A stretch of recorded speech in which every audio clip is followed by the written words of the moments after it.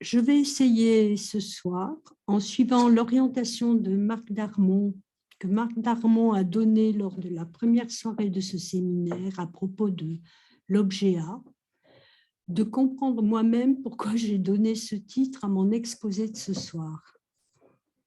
J'ai donné ce titre, c'est venu comme ça. Pourquoi ce que doit l'enfant à l'interdit de l'inceste, alors que nous traitons la question de l'objet A en psychanalyse dans ce séminaire cette année. En préambule, je partirai de cette affirmation que tout enfant est un par-l'être, quelle que soit sa pathologie et si grave soit-elle. Je serai très clinique et cela m'amènera à parler de ma pratique avec les enfants, dont certains, avec leur pathologie, m'ont beaucoup enseigné sur cette question de la chose. En effet, il subsiste chez chacun d'entre nous cette part constante et inconnue relative à la première expérience de satisfaction avec la mère ou son substitut, mère en tant que prochain secourable, séductrice dans ses soins, il y a du sexuel, amoureuse de la chair de sa chair, mais qui est aussi grand autre du langage. Marc Darmon, lors du dernier séminaire, nous parlait de la préhistoire de l'objet A et de ses rapports avec la chose. Il nous a rappelé qu'au moment où Lacan avait voulu écrire l'objet A, il avait écrit en relation avec la chose et le petit autre, même initial que l'objet A. Donc, la chose, le petit autre et l'objet A. Je vais également m'appuyer sur ce que disait Bernard van der Merch il y a quelques jours, en espérant ne pas déformer ses propos. En commentant le chapitre 6 du séminaire L'angoisse, il faisait la remarque suivante, que la chose, c'était la vacuole, le vide premier, quelque chose qui vient creuser le réel. Mais, disait-il, la chose doit devenir habitable. C'est la construction du fantasme, construction imaginaire, qui constituera une interprétation de la chose, c'est-à-dire de ce vide premier. Donc, la chose, comme vide premier, est une condition fondamentale pour qu'il y ait du sujet. Mais ce vide doit être habité, que quelque chose soit cédé pour que la rencontre avec ce vide ne soit pas trop angoissante. Je vais essayer de suivre ces pistes pour tenter d'appréhender le lien que je suppose entre la chose, l'interdit de l'inceste et l'objet petit a dans la construction psychique du petit homme, en m'appuyant plus spécifiquement sur la clinique de l'enfant. Tout cela ne peut aller sans évoquer la question de la castration, signifiant qu'il sépare le monde de la sexualité, toujours insatisfaite, du monde de la jouissance absolue, celle de la chose.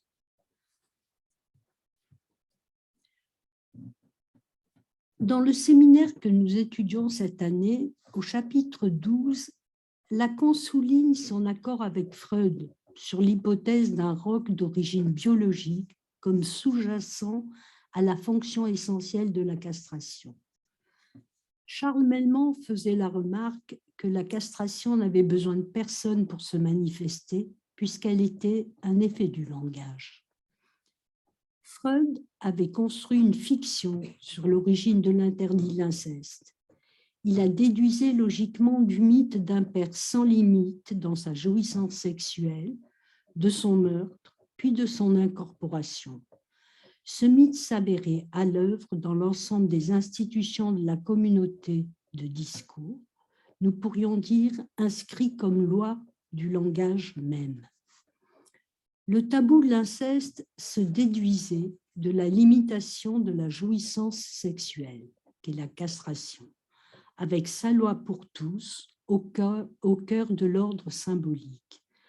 Le tabou de l'inceste est écrit nulle part au titre de loi juridique, et ce, dans toutes les cultures. Je crois que la dernière fois qu'a été évoquée cette question de l'inceste, c'est dans les lois pour l'enfant en peut-être bien 2012.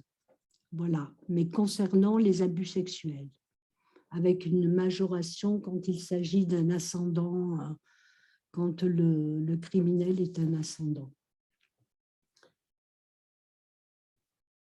C'est aussi le cas pour la mère, dont la limite quant à ses propres pulsions s'impose à l'enfant qu'elle porte, qu'elle fait naître, et au-delà à son nourrisson, qu'elle limite par exemple avec le retrait du sein, que ce soit de son fait ou du fait de l'enfant.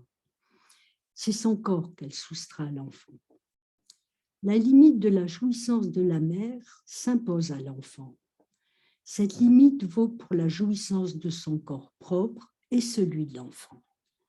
Vaut donc pour deux corps, et non pour un seul dans ses premiers moments de Lieflosigkeit, je ne sais pas comment on le prononce, du nourrisson. C'est essentiel dans ces premiers rapports du nourrisson avec sa mère. En effet, la limite du plaisir de la mère s'impose dans le sens de la génération à ses filles et à ses fils. Lorsque les filles et les fils peuvent échapper à la loi de la jouissance maternelle, ça a un temps, si elle le permet, c'est pour entrer dans celle du non-rapport sexuel, c'est-à-dire dans l'ordre du langage. C'est aussi le moment des premiers non, je veux dire quelque chose qui vient dire non à cet accord parfait. À propos de cet accord parfait, je voudrais, ce qui me vient là et que j'allais dire tout à l'heure à Christiane, c'est que Marie-Charlotte Cadot avait fait une intervention concernant Maria Callas, hein, qui ne pouvait chanter que dans cet accord parfait avec sa mère. Et elle pouvait travailler des nuits, des jours, des heures entières, juste pour pouvoir réaliser cela. Et en même temps, ça l'a tuée. Le rapport incestueux représente une exception à la règle et peut se présenter sous diverses formes. À rebours du déroulement de la vie, l'abus maternel confronte l'une et l'autre de ces deux modalités citées plus haut. C'est-à-dire la confrontation pour l'enfant à deux choses. Une jouissance qui dépend de l'autre, et l'enfant dépend de l'autre, et la rencontre avec la séduction sexuelle opérée par ce même autre, qui prend soin de lui. La jouissance pouvant aller de la chatouille à la brûlure. Une mère que je rencontrais m'avouait que sa fille n'allait aux toilettes que chez eux parce qu'elle voulait que sa mère l'essuie. Elle rentre en 6e l'an prochain. Ça n'est pas rare. Ça n'est pas rare également que des enfants entre 2 et 3 ans soient accrochés au sein de leur mère avec le motif que, même s'il n'y a plus grand-chose de nourrissant, ça les calme, y compris dans le temps de la consultation dans mon bureau. Mais quelles sont les conditions pour qu'une mère limite avec son bébé ou son enfant plus âgé sa jouissance? Nous pourrions dire que la chose figure le moment de séduction, de la séduction primordiale, opérée par l'autre maternel, érigée au rang de la chose, qui est une figure de la jouissance incestueuse. L'impensable de cette séduction sera recouvert du voile phallique, celui des premières traces laissées par le discours de l'autre. Une mère est une femme qui parle. Une mère parle, on va le dire pour l'instant comme ça.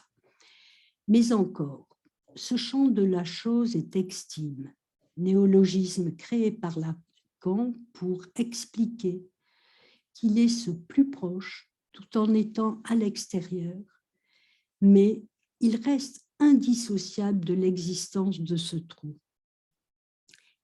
Et ça n'est qu'à partir de son voilement opéré par le un dans l'autre qu'il sera possible pour un enfant de se construire un objet. Nous pourrions le dire autrement, tu ne réintégreras pas ton produit. Cette injonction nous enseigne que cette dyade mère-enfant est une affaire de corps. Et si nous disons corps et pas organisme, c'est une affaire de langage. Le poète le dit beaucoup mieux. Je vais vous lire un passage de l'un des romans écrits par Eri De Luca et qui s'intitule « Au nom de la mer ». C'est le chant de Myriam, la Vierge Marie du christianisme. Elle vient de donner naissance à son enfant. Voici ce qu'elle dit. « À qui est ce fils parfait ?» demanderont-ils en fouillant son visage. « À qui est cette semence suspecte ? La paternité de ton sourire ? Il n'est qu'à moi, rien qu'à moi, à aucune autre chair. Il n'est qu'à moi, il n'est qu'à moi, il n'est qu'à moi. Tant que dure la nuit, il n'est qu'à moi. » Tiré d'une source secrète venue au soutirage du vin, il n'est qu'à moi, il n'est qu'à moi. Son nom cette nuit n'est qu'à moi. Demain, il aura un autre nom. Maintenant, il n'est qu'à moi. C'est le chant de Marie. Tu dors ? Oui, tu dors. N'écoute pas ta mère furieuse contre elle-même, saisie à la gorge par une terreur. Dors. Demain, tu verras la première lumière et tu auras ta première ombre. En moi, tu n'en faisais pas. Dors, rêve que tu es encore là, que ta vie a encore mon adresse. En rêve, tu pourras toujours y retourner. Quel vide tu m'as laissé, quel espace inutile en moi doit apprendre à se refermer. Mon corps a perdu son centre, à partir de maintenant, nous sommes deux détachés qui peuvent s'embrasser et qui jamais ne reviendront une seule personne. Par terre, sur les pierres de l'étable, il y a le placenta, le sac vide de notre attente. La lumière du jour vient glissant depuis l'Orient, ton père est devant la porte. Mon enfant, je te présente le monde. Entre, Joseph, celui-ci est maintenant ton fils. Dit par Eri De Luca, il n'y aurait presque rien à rajouter. Ce sac vide de notre attente peut nous rappeler cette remarque de Lacan à propos du placenta, ce sac vide dont il a fait à un moment le premier objet A ou le précurseur de l'objet A. Charles Melman, dans un de ses derniers livres, faisait la remarque à Jean-Luc Cassiali qu'une mère est la gardienne de la vie, du réel de la vie, limitée par le phallus, mais un phallus sublimé. C'est d'ailleurs pourquoi, rajoutait-il, les mères sont toujours sublimes, sublimées dans l'autre, désexualisées, hors sexe. Et c'est pour cela qu'une mère est toujours vierge. L'existence d'un père dans l'autre est le sacrifice essentiel, comme tel, dans notre rapport au signifiant. Dans ce poème du chant de Myriam, on entend bien comment l'enfant, le nourrisson, a d'emblée affaire à la chose. Et l'on entend bien aussi toute l'importance et la puissance de ce premier hôte de l'enfant, qui doit céder quelque chose de sa jouissance pour justement tenir cet engagement de premier autre comme autre du langage. Et cela ne peut s'inscrire que par les lois du langage. Marie énonce avec force et haine ce que représente pour elle cette restriction de jouissance. Elle, la gardienne de la vie de ce bébé qu'elle vient à peine de mettre au monde, avec la terreur qu'il ne meure. Il me semble que ce « il n'est qu'à moi » répété est une des figures de la chose. Et on imagine assez la jouissance que cela peut constituer pour un bébé. Je dirais une sorte d'immortalité. Pourtant, dans ce chant de Marie, la chute du propos fait scansion. Demain, tu auras un autre nom. Et on entend là la logique qui prévaut dans cet énoncé. Un oui entaché d'un non. Oui, tu es à moi. Non, tu n'es pas à moi. Tu appartiens au monde, à la lignée du Père, représentant de ce un dans l'autre. Une mère me racontait qu'il lui était impossible de se séparer de son enfant, ne serait-ce qu'une nuit. C'était, disait-elle, comme si on lui arrachait un membre. Il avait 5 ans et elle ne l'avait jamais confié. Il était bien malade.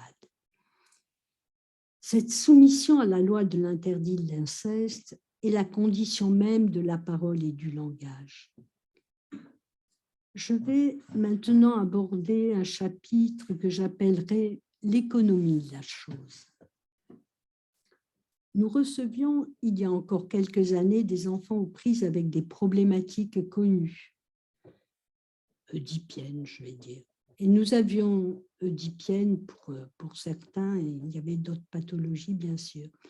Mais nous avions toujours une idée de comment mener au mieux la thérapie analytique. Les temps ont changé et nous avons affaire aujourd'hui à des enfants au plus mal, parfois dans une agitation maniaque, où c'est le tsunami dans notre bureau, ou à l'inverse, dans une passivité tout aussi inquiétante.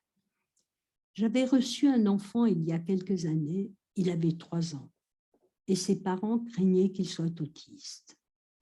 Il venait de rentrer en classe de maternelle. Lors du premier entretien, il était blotti dans les bras, ou plutôt dans le corsage de sa mère, pendant que son père me relatait leurs motifs d'inquiétude. Il parlait à peine. Papa, maman. Par ailleurs, il évitait le plus souvent le regard de ses parents et se montrait d'une passivité inquiétante. Il restait là où on le posait. Il rêvait, dormait bien, mais mangeait difficilement. Dans mon bureau, il ne me regardait pas quand je lui parlais, le regard rivé au plafonnier. Dans cet entretien, il avait consenti à venir gribouiller à mon bureau. Le regard toujours perché, il avait tracé quelques gribouillis sur une feuille, à l'aveugle, comme ça. Et je l'avais félicité pour son dessin, et en lui demandant où était papa sur son dessin, puis où était maman, et enfin où il était. Toujours les yeux rivés au plafond, il avait pris son crayon et l'avait plongé sur la feuille, la trouant à chaque fois à l'endroit de papa, à l'endroit de maman et enfin à son endroit. Cela m'avait beaucoup amusée et un peu rassurée, je dois dire. Et alors, j'avais écrit les noms à côté des trous, de ces trous. Mais quelle était la signification de ces trous? Je l'ai reçu 7 ans à peu près. J'ai encore des nouvelles de lui par sa mère qui est venue me voir quelques années plus tard, de nouveau inquiète pour lui, et qui fait depuis une analyse chez moi. Cette femme est née d'une famille de 7 enfants avec des parents dans le milieu médical, père médecin, mère pharmacienne, l'un alcoolique et l'autre psychotique, avait pratiquement élevé ses frères et sœurs, les protégeant autant que faire se peut des folies de leurs parents. Avec son fils, elle était d'une inquiétude extrême, redoublée par celle de son compagnon. Et j'ai su dans l'après-coup combien, malgré le souci de bien faire, elle n'avait pas pu vraiment donner cet enfant au monde. C'est-à-dire, et j'insiste, au monde dans lequel il y a du un dans l'autre, que vient représenter le père. Elle ne se le gardait pas comme son objet, non. Elle craignait pour sa santé psychique et intellectuelle. Comment dirais-je? Elle le gardait à l'abri de la vie extérieure. Cet enfant m'avait beaucoup touchée quand je l'avais eu en thérapie, quand il s'était mis à parler, puis plus tard à lire et à écrire. J'avais une grande et ancienne boîte aux lettres dans un coin de mon bureau, accrochée au mur, et il y avait posté d'abord ses dessins, puis ses premiers écrits. Ce jeu avec la boîte aux lettres, dans ce premier moment de la cure, je dirais qu'il ressemblait au jeu du Fordat. Mon jeune patient allait vérifier à voix haute que le dessin était toujours là, dans la boîte aux lettres, après qu'il l'ait posté. « Elle est où, la lettre ?» me demandait-il. « Ah, elle est là. » Un peu comme si en la nommant, il nommait la chose et ainsi la tenait à distance, petit à petit, en la nommant. Je pense qu'il avait trouvé, si je puis me permettre cette comparaison, une bonne boîte, où il a pu tranquillement adresser ses lettres, qu'il n'a jamais réclamées une fois consignées dans un dossier, qu'il n'a jamais demandé à consulter. Et nous la vidions chaque fin de trimestre parce qu'elle était très pleine. Dans ce jeu de portée symbolique, il avait sans doute pu mettre une barrière entre lui et la chose. Par ailleurs, sa mère a attendu des années avant de lui faire faire la moindre activité à l'extérieur de la maison et avec d'autres enfants. « Ça ne l'intéresse pas, me disait-elle. Il préfère jouer tranquillement à la maison et je n'arrive pas à le faire bouger. » Très tôt, il s'était lui-même confiné chez lui, comme beaucoup d'enfants et d'adolescents aujourd'hui, parce qu'il jouait sur l'ordinateur de la maison, à des jeux de son âge, les parents étaient très attentifs, et les promenades étaient de courte durée et de santé. Il était venu avec ce symptôme concernant le regard, qui faisait craindre l'autisme à ses parents, et qui s'était manifesté lors du premier entretien par les yeux rivés au plafond. Je dis regard, mais à ce moment-là, pouvions-nous lui prêter le statut d'objet A? Dans sa toute petite enfance, il s'était sans doute trouvé, à mon sens, dans une relation avec sa mère où il n'y avait pas de place référencée à ce 1 de la paternité dans le discours de sa mère.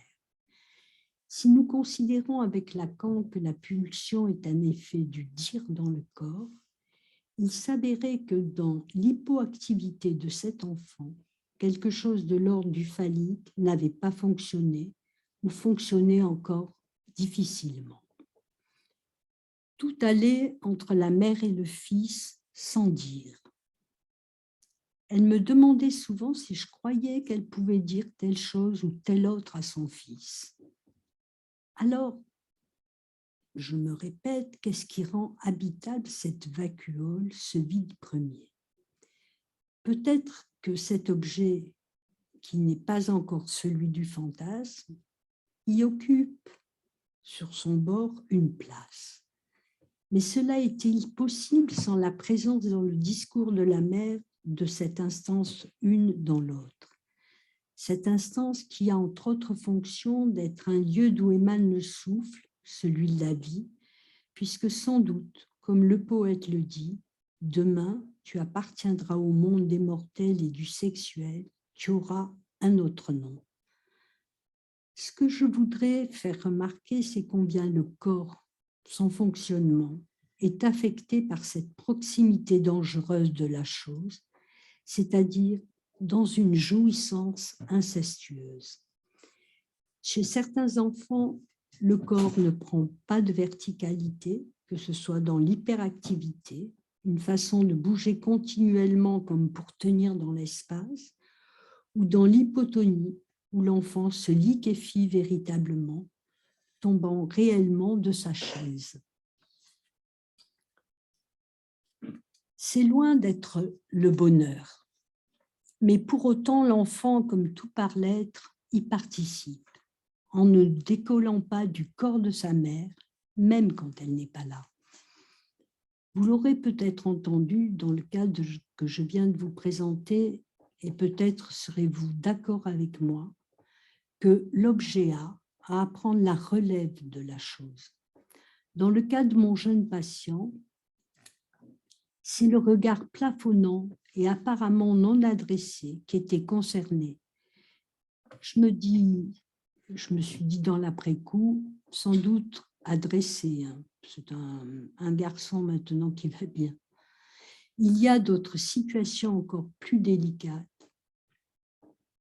et ça, je vais en parler maintenant, où une mère au titre de gardienne de la vie peut mettre son enfant à l'abri du monde des mortels, et notamment du sexe, et peut se trouver encombrée par cette instance du un dans l'autre et la rendre de façon tout à fait inconsciente, inopérante.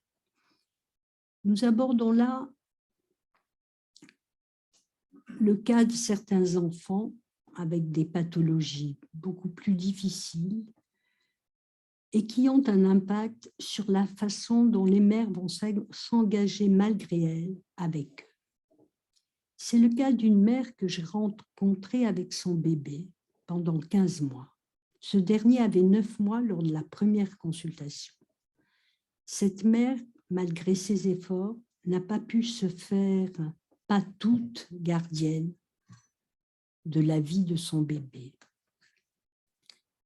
C'était un bébé dont, dans l'après-coup, je pourrais dire qu'il vivait sous le régime de l'économie de la chose. Ce bébé m'a beaucoup appris. En effet, déjà, je n'avais jamais rencontré un bébé aussi hypotonique et absent. Dans le premier entretien, outre cette hypoactivité, j'avais pu observer chez ce bébé une absence de mouvement spontané, qu'il soit réflexe ou volontaire, mais encore une hyperextension des membres quand sa mère et moi tentions de le porter. Un évitement du regard humain, et à la moindre sollicitation du regard, il baissait la tête et non les yeux. Je disais baisser la tête, un peu comme s'il la laissait tomber. D'ailleurs, cette tête, il la tenait à peine et ne se retournait pas sur le dos. Par moments, il semblait interrogatif, avec un regard assez sévère au loin, parfois douloureux. À cette époque, il débute un traitement pour soigner ses reflux gastro-œsophagiens et l'on peut imaginer qu'il cherche une posture antalgique par rapport à cette souffrance. Il oscille entre pleurs et humeur sombre. Cette première année, un traitement pluridisciplinaire, comme nous le faisons habituellement, a été difficile à mettre en place, puisqu'il y aura la période du premier confinement où les séances de psychothérapie ont malgré tout continué, mais par écran interposé. J'ai découvert que les séances en visio sont possibles et ne manquent pas d'intérêt avec les bébés. Au début, avant le confinement, je vais installer ce bébé sur un coussin d'allaitement pour qu'il trouve un appui d'eau. Et j'arriverai en lui parlant, en lui chantant aussi, à capter son regard et son attention. Il paraît engoncé dans ses vêtements, un peu comme si, métaphoriquement parlant, il ne les portait pas. Et nous le déshabillerons à chaque séance. Je vais jouer avec lui en lui parlant, et il va très vite me reconnaître à la voix et me gratifier d'un sourire en arrivant, du moins les jours où il est en forme. Il est souvent malade. J'interpréterai pour sa maman et pour lui qu'il ne nous regarde pas parce qu'il boude. Il boude son plaisir.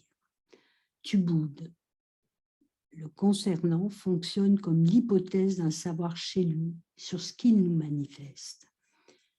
Avec les petits jouets que je lui présente, il esquissera très vite un engagement moteur vers eux, bras et jambes en mouvement, me gratifiant quelquefois d'un regard en coin, parfois d'un sourire.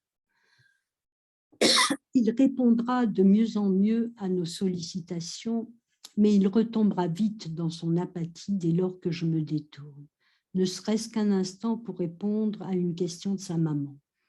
Elle parle peu, et c'est un peu difficile de la faire participer à nos conversations. Les séances se termineront, excusez-moi, les séances se termineront toujours par le moment du repas et du change.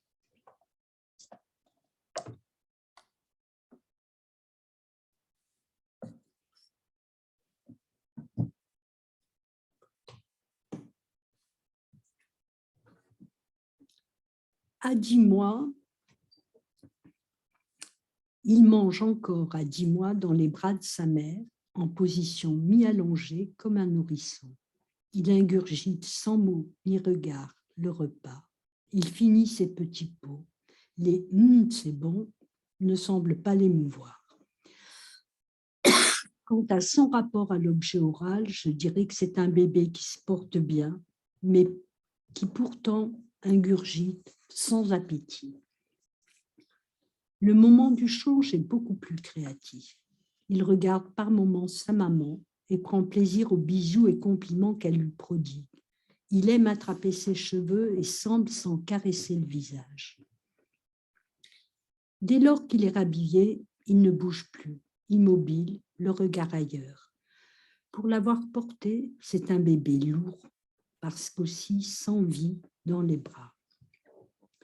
Dans nos séances, il se saisit de plus en plus de jouets que je lui présente, des petits jouets que je lui présente, pas beaucoup, et particulièrement d'un petit ballon mou très coloré.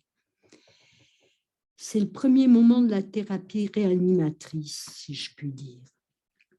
Cependant, il n'appelle toujours pas la relation, sauf pour ses besoins, et je vais tenter de le frustrer un peu, de lui ravir le ballon qu'il semble affectionner, tout en lui garantissant mon amitié. Je commande. Cela va beaucoup l'intéresser, il va venir le chercher, va le suivre du regard et commencer à essayer de romper.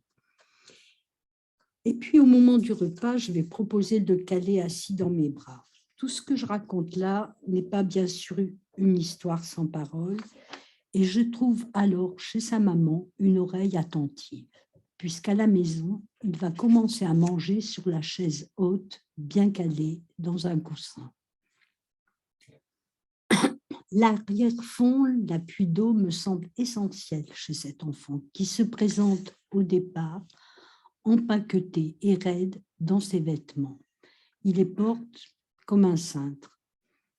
C'est-à-dire, ça ne nous procure aucune sensation quand on l'habille, quand on le déshabille, ne réagit pas. Bien sûr, je pense tout de même que ces vêtements font enveloppe et le contiennent. Enfin, j'ose espérer à ce moment-là. À ce moment de la thérapie, je remarque qu'il est beaucoup plus dans la relation et dans un plaisir évident dans ce que nous faisons tous les trois dans les séances. Aller chercher par exemple le ballon ou un jouet. Sur le plan moteur, il est peu à peu rassemblé, se retourne sur le ventre et inversement peut se déplacer par ce moyen et prend plaisir à le faire. Il émet quelques petits sons du lieu d'un tonus pneumatique, mais tout de même, je l'entends. C'est-à-dire, ça fait la voix rauque, comme j'ai un peu d'ailleurs. Je vais assister avec le petit ballon. Dans nos jeux auxquels sa mère participe un peu, l'objet convoité n'est pas le ballon, qui lui est un prétexte. L'objet, c'est la relation avec nous, nos éblouissements, engageant regard, voix et motricité. Peu après, c'est hélas le confinement général en France et nous allons l'éprouver ensemble dans nos séances WhatsApp. Mon propos, ma voix vont prendre toute leur place dans nos rencontres hebdomadaires. Il ne me voit pas beaucoup, hein, j'apparais sur un tout petit écran. Quelques syllabes arrivent, dans une voix où l'on sent encore présent ce tonus. Il a une voix rauque. L'événement marquant sera le suivant. Depuis quelque temps, il se met à quatre pattes, mais n'avance pas. Il reste là planté, découragé, se rassoit. Nous allons l'encourager à avancer. Alors que je le quitte à la fin d'une séance, je lui dis que j'espère le retrouver la semaine d'après faisant le quatre pattes. Il faudra quelques mois avant que ce quatre pattes qu'il va faire soit dissymétrique, mais en l'attente, il se déplace enfin avec plus de liberté. Sa maman l'a certainement entraîné pendant cette semaine-là, mais il a bien fallu qu'ils se laissent tous les deux séduire par le défi. Quelque chose m'avait surpris chez cet enfant. Quand il esquissait des mouvements vers l'autre, ou même les objets, il s'arrêtait brutalement. Comme si devant l'effort que ça allait lui demander, il abandonnait. Il réessayait un moment après, sans plus de succès. Je me posais la question de savoir si ce corps ne se réduisait pas à un organisme. En effet, le corps n'y était pas. Pour qu'il y ait corps, nous pourrions dire qu'il faut qu'il y ait des orifices. C'est-à-dire que l'objet A est chuté. C'est-à-dire que cet objet était soustrait par la découpe phallique induite par l'opération du nom du Père. C'est un peu comme si la pulsion était là, mais que le corps ne suivait pas. Il n'avait pas, à ma connaissance, de troubles neurologiques. En septembre, nous reprenons les séances, il a repris la crèche. Il semble en forme. Et puis, il y a cet épisode qui me paraît très important quant à la question de la chose et de l'objet A. Nous sommes sur le tapis et il joue avec des gros boutons dans ma boîte à boutons. Cela produit des sons. J'ai une boîte avec plein de boutons et un toucher qu'il semble aimer. Et il y va à deux mains, un court instant cependant. À un moment donné, il porte un bouton à la bouche. Et alors que je commence à lui extraire de la bouche sans difficulté, sa mère pousse un nom assez effrayé qui nous laisse son fils et moi sans voix, un peu interdit. Son fils la regarde droit dans les yeux. Maman s'excuse de cette frayeur en disant que pour elle, c'est une vraie phobie que l'idée qu'il puisse s'étouffer. Je la rassure en lui disant que je surveille son fils au plus près et nous recommençons à jouer avec d'autres objets. Il tente à un moment donné de se lever, il tombe, il pleure, je le prends dans mes bras, mais je lui dis que c'est maman qui sait mieux le consoler. Alors ce petit bonhomme l'appelle distinctement maman et va à quatre pattes se blottir dans ses bras, se levant dans son cou, se décalant pour la regarder intensément et recommençant le mouvement à plusieurs reprises. Sa mère lui dira « C'est un beau cadeau que tu me fais ». Elle est très émue. Je raconte cet épisode parce que peut-être, et pour la première fois, cet enfant semble sensible à la voix certes effrayée de sa mère, comme s'il avait fallu en arriver à cette extrémité chez elle pour qu'il l'entende. Dans sa frayeur, certes, mais aussi dans l'impératif que recouvrait ce nom de ne pas avaler le bouton. C'est l'objet voix qui est là pour lui une découverte et qui engage son regard franc à l'endroit de sa mère. Voix et regard, donc. C'est cela que j'appellerais là la langue, au sens où ça n'est pas que l'interdit qui est nommé par la maman, mais aussi une voix qui lui vient sans doute de très loin. Et ce bébé l'entend. Dans cette même séance, sa mère me dira qu'elle ne pourra plus venir à partir des vacances d'octobre. Elle est enceinte et elle habite Lyon. Je décide à la fin du mois de septembre, devant quelques autres demandes provenant de la même ville, que c'est moi qui me déplacerai à Lyon pour elle et son fils et pour d'autres bébés. Elle me demandera si à Lyon, son fils est le seul enfant que je rencontrerai. Dans l'après-coup, je me suis dit que peut-être ma proposition avait fonctionné pour elle comme un « Kevoy, que me veux-tu » Avait-elle entendu mon désir que la thérapie continue? Et en même temps, cela a-t-il constitué pour elle une énigme? C'est une question. Dans ce nouveau local, de façon tout à fait nouvelle, mon jeune patient va se mettre à croquer très fort les objets, particulièrement le ballon mou qu'il préfère, comme s'il voulait l'entamer. Sa maman est toujours étonnée de le voir faire parce que, dit-elle, il ne croque jamais un aliment. Et même si la nourriture contient des petits morceaux, il les avale tout rond. Je vais lui dire à lui qu'il aime un peu trop fort les objets.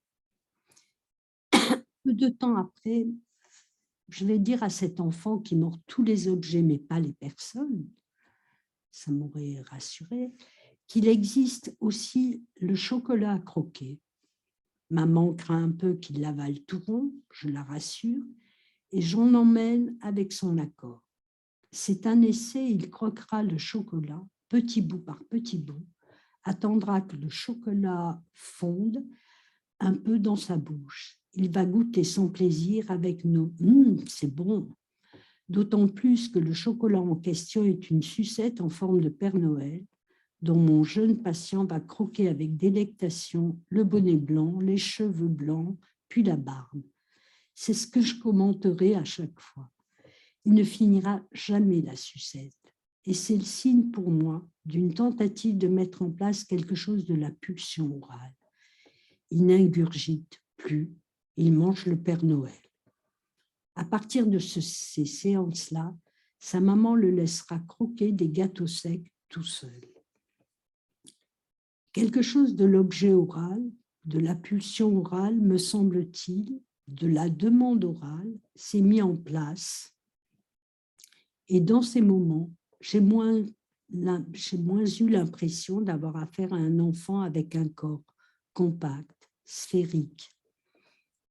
À ce propos, Lacan a pu dire que le schizophrène était un sujet dépourvu de discours pour lier ses organes en fonction. Il aurait sans doute pu préciser que cela ne valait pas seulement pour le schizophrène. Notre bébé n'est certainement pas schizophrène. Pour autant, dans le travail avec lui et sa mère, nous allons nous employer à parler. Et c'est important, je vais le dire à ma façon, pour remettre en circulation le discours.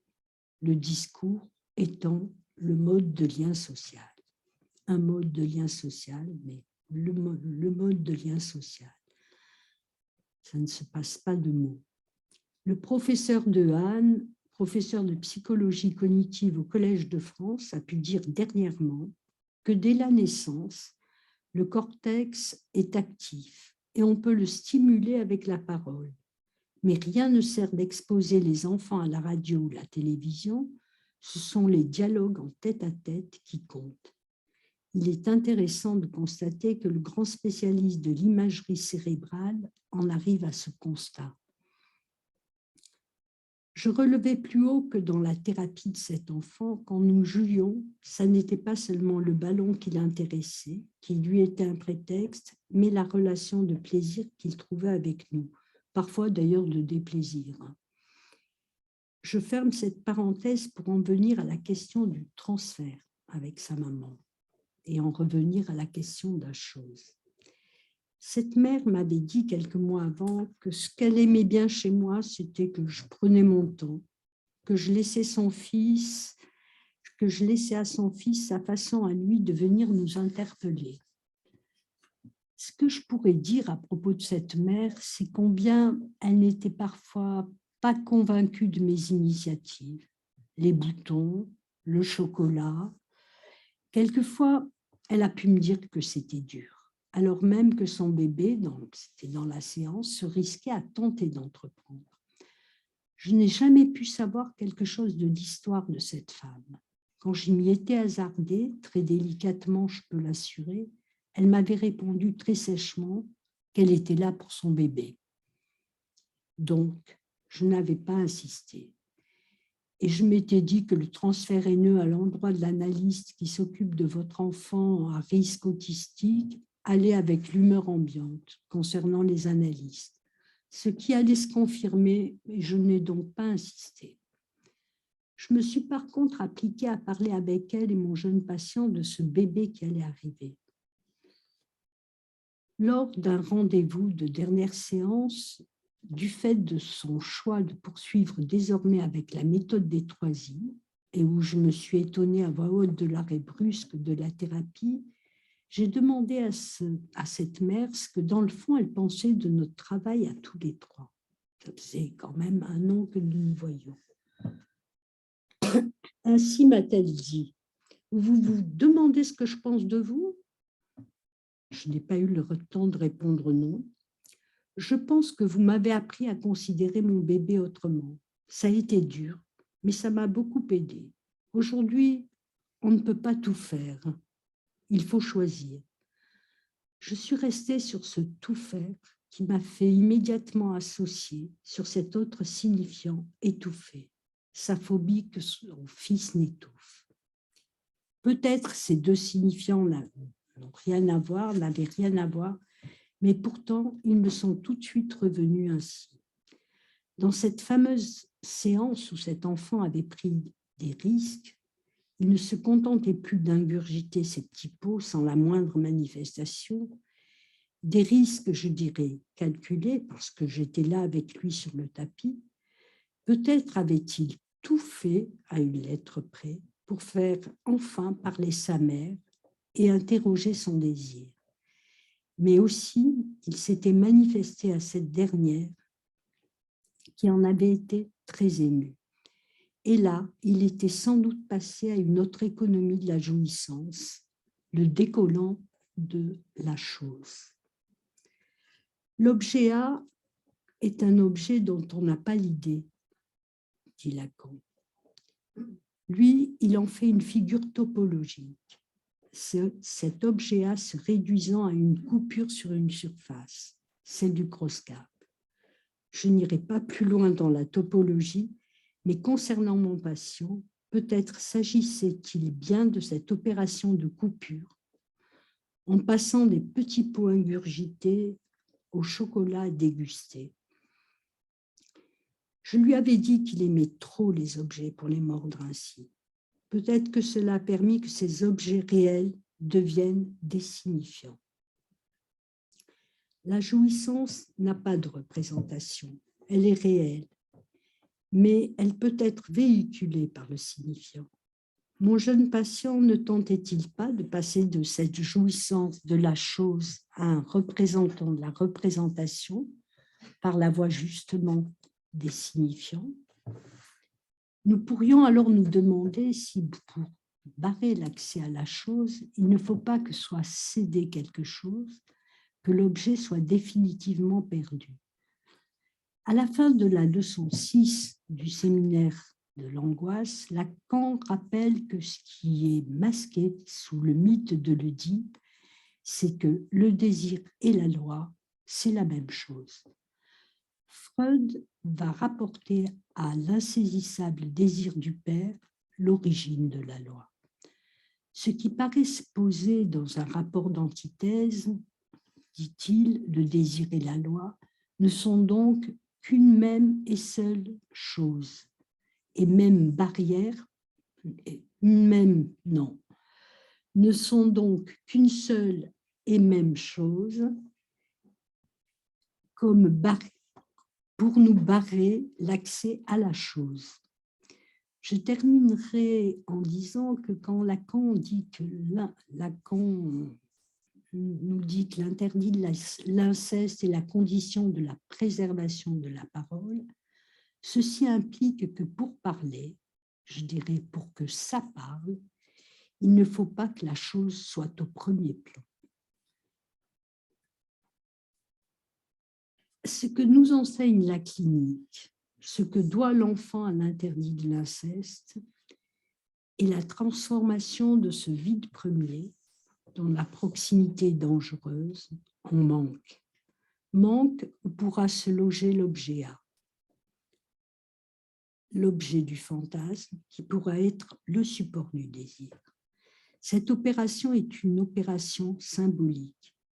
Elle est permise par la construction de l'instance phallique. Voilà. J'avais rajouté, mais je ne vais peut-être pas le dire, venons découper un objet qui deviendra perdu. Cette opération permet ainsi que l'organisme fonctionne comme un corps en le trouant, pourrions-nous dire, et qui se traduit par une mise en place des orifices, mise en place qui permet le fonctionnement de la pulsion. Dans le dernier cas dont je viens de vous parler, la pulsion scopique, la pulsion motrice, la pulsion orale. Il y a cet épisode avec le bouton, les boutons, pulsion scopique, pulsion motrice, et la pulsion orale avec l'épisode du chocolat et de ce petit ballon qu'il mord. Voiler la chose. dont la proximité est dangereuse, ne la supprime pas, elle la voile. Aujourd'hui, cette opération symbolique défaille, ou bien n'est pas possible chez bien des enfants. Dans ces conditions, l'objet ne se trouve plus avant le désir comme cause, il est devant. Nous pourrions dire que ça n'est plus un vide qui le cause, il n'est plus manquant, il est offert. Mais ces objets offerts qui ne sont plus perdus, mais réels, exposent les enfants, et pas seulement, nous sommes tous concernés, à toutes les addictions, au point qu'elles sont devenues une nouvelle norme psychique. Je vous remercie.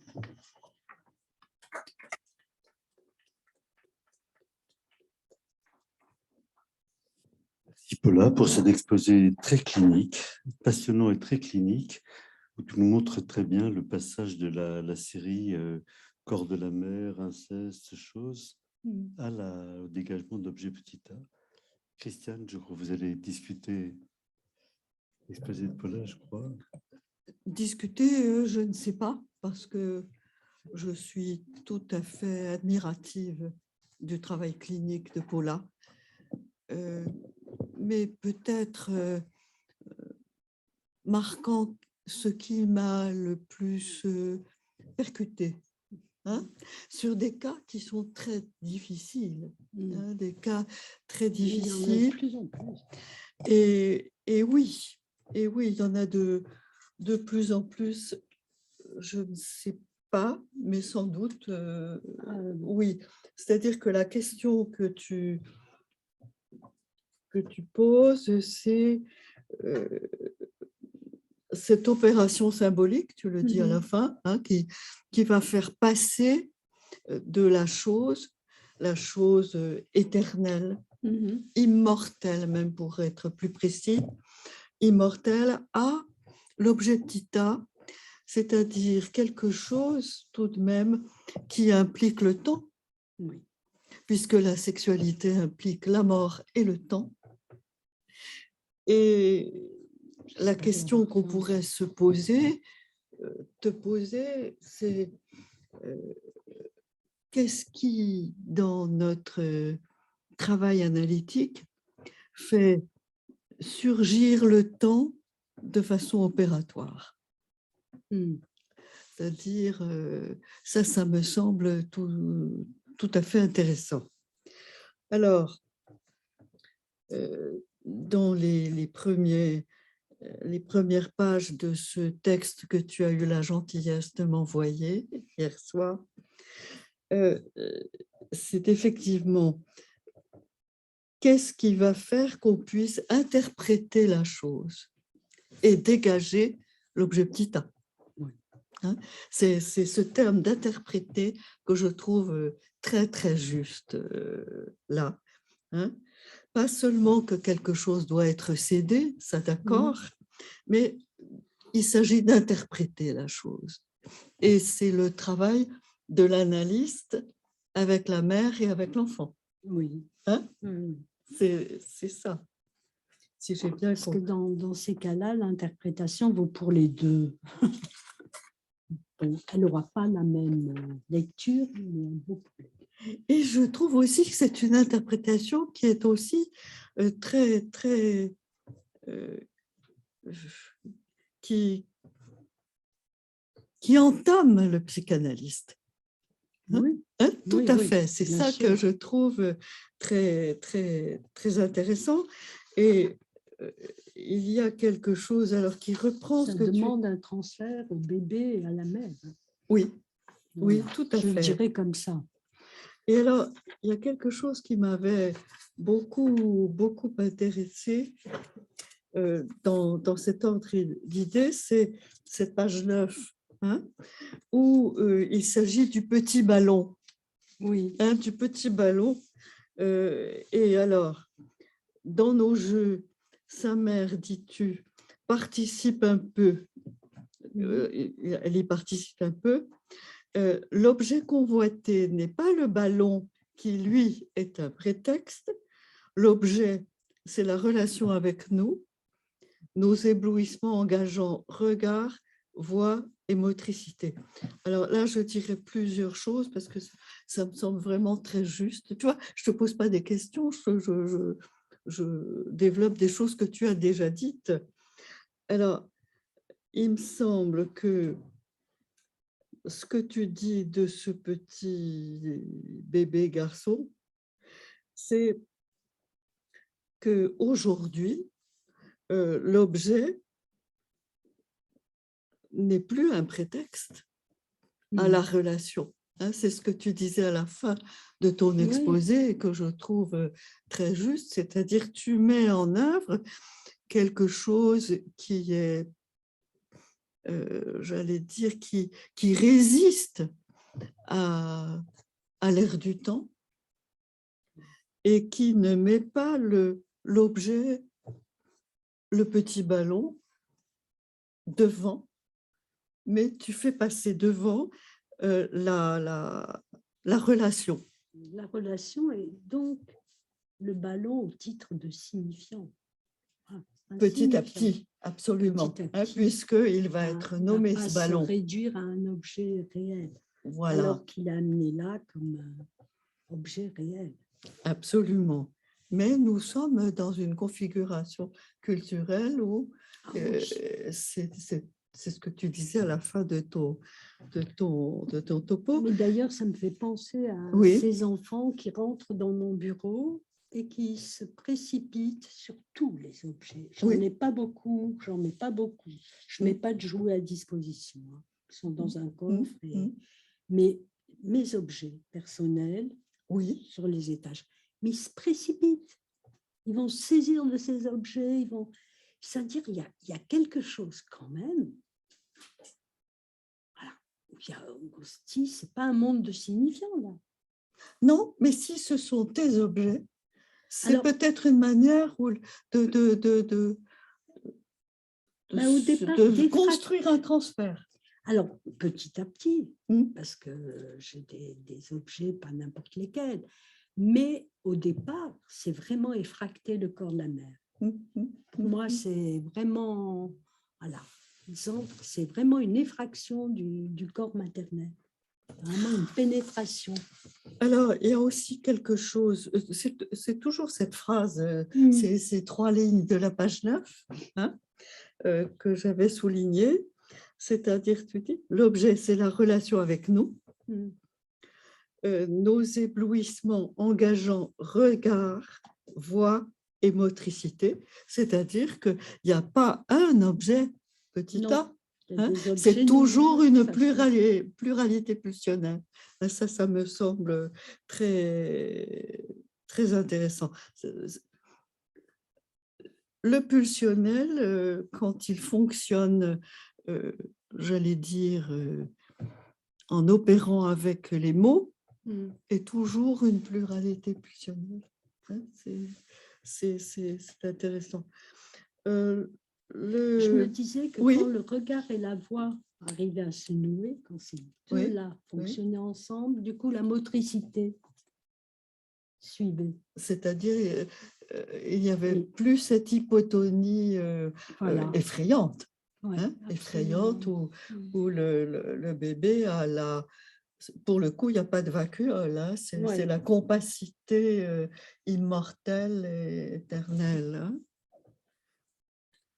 Il y avait aussi quelque chose, justement, dans ce passage de l'immortalité de la chose à l'objet petit a, c'est le temps. Hein, c'est le temps, une certaine qualité du temps. D'ailleurs, Lacan disait aussi que l'objet petit a, c'était le temps. Hein, c'est pour arriver à ça. Hein? Et tu le dis pas mal, alors avec ta citation de Henri De Luca, hein? Où le jour arrive et dans l'encadrement de la porte, il y a le Père. Le monde. Hein? Hein? Il y a le Père. Et alors, quelque chose, c'est à page 4, c'est le placenta, le sac Oui. vide de notre attente, qui est aussi un des objets petits A dont parle Lacan. Alors, le sac vide de notre attente, c'est-à-dire que c'est encore le temps, ça. Oui. Hein? C'est-à-dire que quelque chose s'arrête d'une attente qui, quelquefois, dans certaines grossesses, est infinie. Hein? C'est le placenta, enfin, voilà. Qui est témoin de cet arrêt. Oui, Voilà. tout à fait, tout à fait. Le sac vide. Voilà. Et alors, ce sac vide, le premier objet petit A, mais pas en tant que représentation, Non. mais en tant que fin de l'attente. Oui. De l'attente infinie. C'est ce que je... Bon, il y a peut-être d'autres questions. Il y a d'autres questions dans la salle ou dans la salle virtuelle?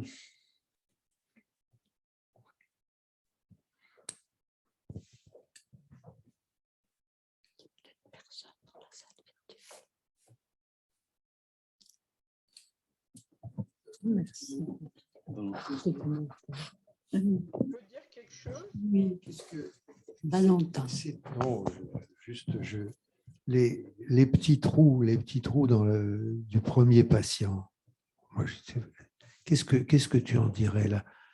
Il y a ce gribouillis et tout de suite, dès que tu lui nommes père, mère et lui, il localise 3, il fait 3 trous. Je me dis que tout va bien quand il fait 3 trous. C'est quand même extraordinaire, qui transperce quelque chose, c'est-à-dire une action et une situation. Mais c'est un art. Des 3 protagonistes. Comme ça, et il ne rate pas la feuille. Mais comment tu le... J'ai trouvé ça extraordinaire, moi. Tu as trouvé ça de bon augure, non? Mais hein? Oui, je l'ai dit, hein, à partir de là, j'étais rassurée. C'est-à-dire là où ça ne pouvait pas se trouver, attends, hop. Enfin, c'est un geste qui revient sur Terre. Oui, aussi. qui revient sur Terre. Ouais, et puis là, hop. Et puis c'est après que, voilà, qu'il jette un œil et que... Là, c'est-à-dire, il faut traverser quelque chose. Pour nous, c'est tellement extraordinairement parlant que lui, il est trouvé qu'il fallait, son inconscient a trouvé qu'il fallait effectivement qu'il traverse quelque chose. Mais c'est-à-dire, il est passé de cet état de colle, mais vraiment de pot de colle, hein, dans le corsage de sa maman, à cet état d'action. Moi, j'étais même étonnée qu'il vienne à mon bureau pour gribouiller. Hein. Vraiment, on a discuté longtemps et tout, et puis il devait... Bon, ça c'est le transfert. Hein. Il est venu à mon bureau, et à partir de là, ben voilà, il a dit des choses. Hein. Enfin, d'abord, ça m'a amusée, puis j'étais carrément rassurée. Je me suis dit, oh, mais c'est bon. Voilà, c'était pas fini, mais c'était bon. Enfin, voilà. Pour le reste, moi aussi, j'étais tellement intéressé, et surtout, enfin, qu'avec Lacan, on a tellement tendance à considérer, voilà, on a aliénation, séparation, hop, on envoie l'objet petit un dans l'autre. Bon, évidemment, logiquement, c'est utile, mais là, tout que tu aies parlé de construction. Ce sont des constructions. Alors, construction, moi, je l'ai compris, à la fois, il y a un aspect signifiant de la construction, et il y a quand même, enfin, je ne sais pas jusqu'où ça a été dans ces cas-là, mais il y a la construction du trajet pulsionnel. Maintenant, pas tout à fait sûr que le trajet pulsionnel soit le trajet pulsionnel de la maturité, qui implique, bon, ça, c'est pas sûr. En tout cas, c'est ça la construction. En tout cas, c'est la tentative. Hein. C'est la tentative de ça. Mais bien sûr, c'est tout le travail. Oui, merci. Merci. Des questions dans la salle virtuelle? Oui, moi, je voulais poser une question. Donc, je voulais faire un commentaire, c'est possible? Oui. Bonsoir. Bonsoir, Paula. Je peux pas mettre, je suis sur un tout petit téléphone là. J'ai pas la possibilité de mettre l'image. Je crois que j'ai compris quelque chose en t'écoutant ce soir, Paula, sur le ratage de cette histoire de ce bébé où tout commençait à réussir, hein, et qui a eu cette grossesse. Tu l'as commenté, mais tout d'un coup, je me suis dit que le reste de ton exposé nous permettait une lecture de cette grossesse. Nous savons que ces bébés peuvent faire une rechute très grave. Ma petite Anaëlle en avait fait une très grave quand la mère a été enceinte. Mais seulement j'avais une collaboration complète des parents qui savaient que le bébé pouvait tout à fait rechuter à cause de ça. Mais je me suis demandé pourquoi elle fait un bébé au moment où quelque chose s'inscrit d'une perte pour elle dans le sens de constitutif, c'est-à-dire qui commence à émerger comme sujet. Et je me suis dit que le texte que tu nous as lu sur le petit Jésus, là, Oui. et le moment où cet enfant se sépare, il n'est plus dans le ventre de sa mère, hein. Je me demandais s'il avait pas émergé du ventre de cette mère et que peut-être le problème, c'est que nous n'avions pas pu aider cette femme. C'est vrai qu'elle était loin et il y avait... Ah, qu'est-ce que ça a été pour elle, qui est mère d'un premier autiste, hein? Qu'est-ce que c'était pour elle que cet enfant se sépare? Pourquoi cet empressement à en faire un troisième, hein? Même si c'est culturel dans certaines familles, hein? Et peut-être qu'il faudrait le repenser, cet échec, dans quelque chose comme si, imagine le texte que tu nous as lu sur Jésus. Sur ma... Myriam, ça, hein? Myriam est quelque chose qui il ferait retour. C'est pas lui qui est revenu, mais un autre. Mais quelque chose s'est refermé à nouveau.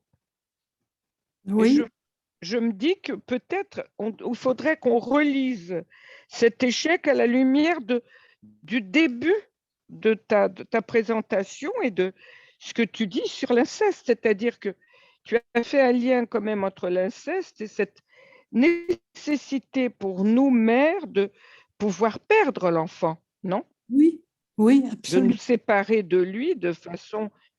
Voilà. Est-ce qu'il n'y a pas eu là quelque chose qui a raté, qui n'était pas possible pour elle à ce moment-là? Pourquoi a-t-elle eu besoin comme ça d'être enceinte à ce moment-là? Marie-Christine, ça, c'est ce que je me suis dit dans l'après-coup, et puis en travaillant, parce que je me suis posé pendant des mois des questions sur ce qui avait passé, hein. Et je reste quand même sur le fait qu'elle ne pouvait rien en dire. Enfin, qu'elle ne pouvait pas dire son histoire. Et du Voilà. coup, il y a quelque chose, si tu veux, qui serait... Pour moi, ça faisait répétition, quoi. Quelque chose se ferme, hop, voilà. Ça se ferme à chaque fois que ça s'ouvre. Enfin, il y a quelque chose comme ça qui fonctionne chez cette maman et dont, de toute façon, là, elle ne peut rien dire. Hein, elle est restée avec moi très opératoire sur le... Bon, voilà, elle m'emmenait son enfant, elle faisait ce qu'il fallait, elle était aimante, hein, il n'y avait aucun problème là-dessus. Mais il y a quelque chose qu'il ne fallait pas toucher. Hein. Et là, tu as raison. De toute façon, à partir du moment où cet enfant s'est commencé à esquisser un mouvement vers le monde, à se détacher, elle a été enceinte. Oui, et je crois que ces bébés-là, ils ne peuvent pas supporter ça. Pour eux, ce n'est pas Et possible. ben oui, c'est terrible. C'est terrible pour lui. Hein. Ça a été terrible pour lui, bien sûr. Voilà, merci de l'analyse que tu en as fait aujourd'hui. Je te remercie. Question très naïve, mais le père est tout à fait en dehors de la cure. Le père a été... Je l'ai vu une fois. Le papa, il est venu accompagner son fils une fois. Et ce bébé a été très renfermé quand son père était là. Et après, il a accompagné son fils à Paris pour voir le pédopsychiatre qu'il avait vu en première instance. Et ça ne m'a pas étonné que ce bébé soit quand même très fermé à la relation ce jour-là, alors que je trouvais qu'il avait fait des progrès. Voilà. Il y a quelque chose. Pour la mère, c'est toi qui constitue le tiers d'une certaine manière. Oui, oui, dans le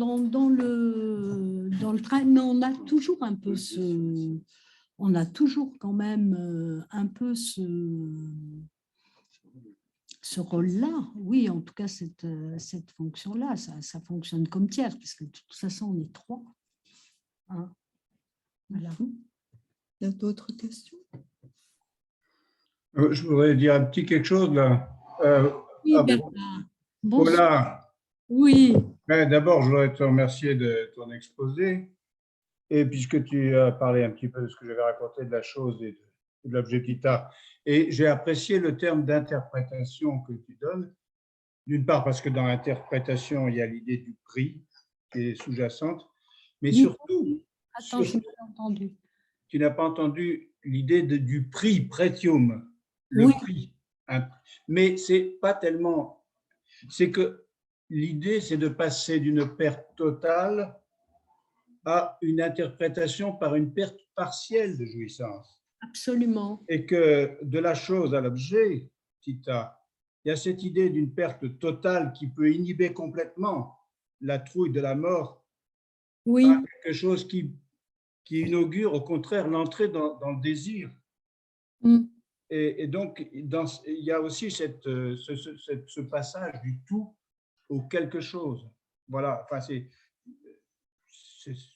une petite idée, mais ça se trouve, on l'entend bien dans la cure, quoi. Quand la mère a peur que l'enfant s'étouffe. Oui. Et que ça devient au contraire une pulsion orale, enfin que la pulsion orale se met en route. C'est plus, l'enfant ne va pas mourir, il va au contraire se mettre à avoir envie d'avaler, voilà. C'est un peu ce que j'entendais dans ce que tu disais. Je te remercie. Je suis totalement d'accord avec toi.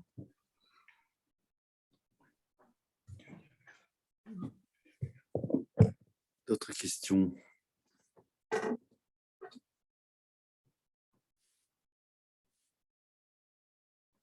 Ce qui me semble important, ce n'est pas une question, hein, c'est plutôt une sorte de prolongation un peu questionnante quand même. C'est-à-dire qu'il n'y a pas de métamorphose de la chose à l'objet Tita. Non. Il y a une coupure tout à fait Vivable. Enfin, que l'analyste peut rendre vivable, oui. Hein, mais qui autrement se présente comme sans fond. Oui. Hein? Oui, oui, bien sûr. Absolument. C'est-à-dire, de quelle manière permettons-nous à faire un pont au-dessus de ce qui est une rupture importante. Je voulais dire vivable pour les mères quand tout se passe bien. Absolument, Voilà. absolument. Hein?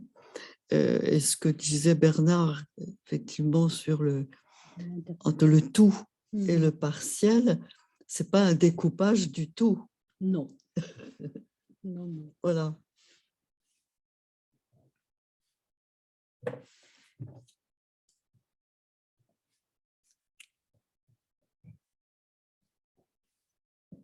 S'il y a d'autres questions, C'est pas tout. D'autres commentaires?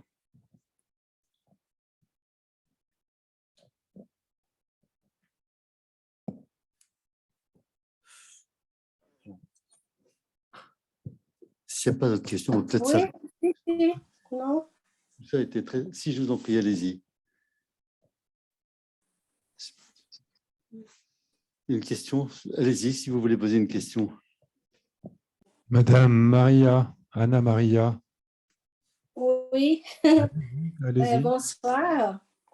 Je ne sais même pas pourquoi j'ai envie d'intervenir, mais bon, je commencerai d'abord pour remercier Madame Lacote et Marie-Christine Lasnik d'avoir décrypté l'intervention de Madame Kachiali que j'ai trouvée très serrée. Et je remercie du fait que vous ayez une oreille très attentive parce que vous avez pu écouter des choses que je n'ai pas pu du tout écouter et entendre. J'ai trouvé très serré votre intervention, quoi. Et ensuite, évidemment, ce n'est pas une critique, hein, c'est juste un constat, mais c'est loin de là.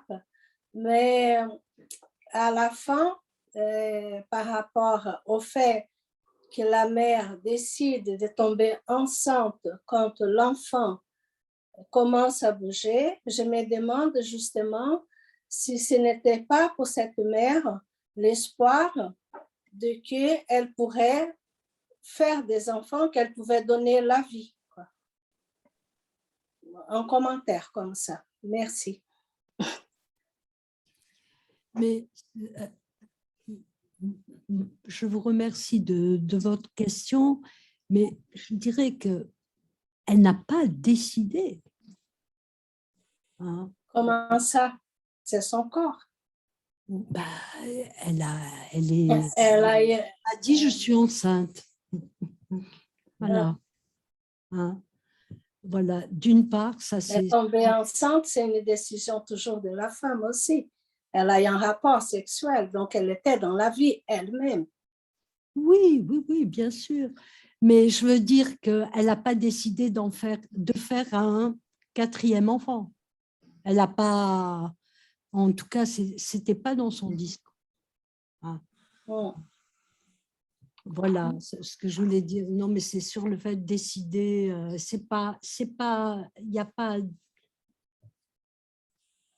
Il n'y a pas de lien de cause à effet, quoi, comme ça. Voilà. Moi, oui, j'entends bien, mais justement, je ne saurais pas dire pourquoi. Oui, mais justement, c'est ça qui m'interpelle, quoi. Voilà. Je ne saurais pas dire justement, le fait qu'il n'y a pas de lien de cause à effet, donc c'était son inconscient à elle. Hein, comme tout je le ne monde. sais pas, quoi. Mais je ne sais pas, je vous dis, votre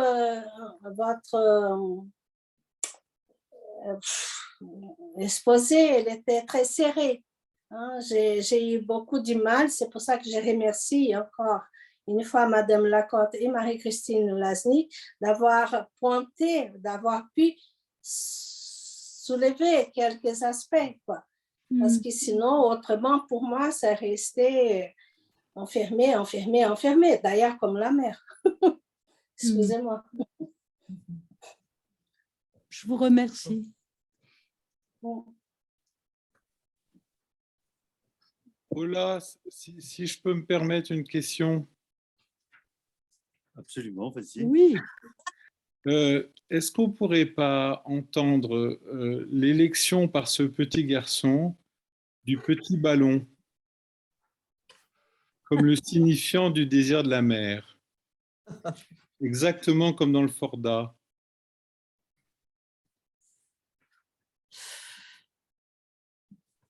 Je ne saurais pas te dire. Enfin, en tout cas, moi, je l'ai entendu comme ça, dans ce que tu as amené de très précis dans ce suivi-là. Je vais y réfléchir. Je te remercie. Voilà.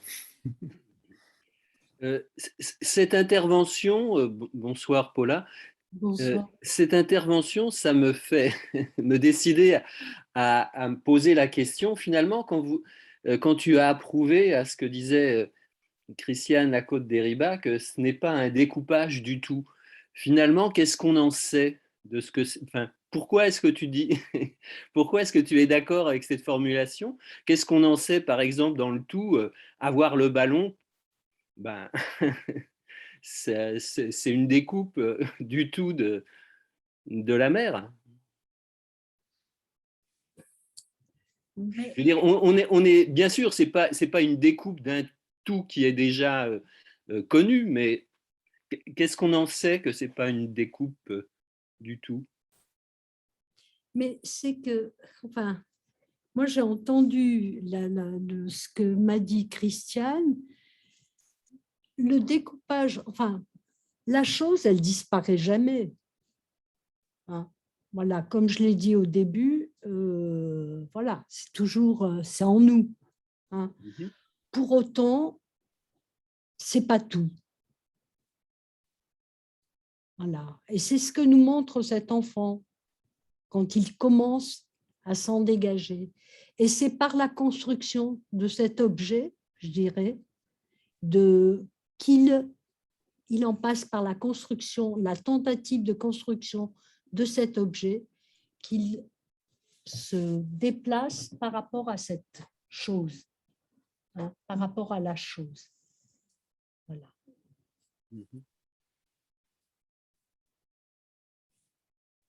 Bon. Merci, puisque tu résumes aussi. Excusez-moi. Oh, excusez-moi. Merci pour votre intervention. J'avais une question sur le texte que vous avez lu et je n'ai pas eu le temps de prendre les références du texte que vous avez lu, sur lequel vous êtes appuyé au début. Alors, c'est Au nom de la mer et c'est un petit livre de Eri De Luca. Merci beaucoup. Merci, madame. Prochaine séance du grand séminaire, ce sera le 25 janvier. Valentin Luginovici avec le titre « Y faire sans poinçon ». Wow. Voilà, donc au 25 janvier. À bientôt. Merci beaucoup. Merci, au revoir. Et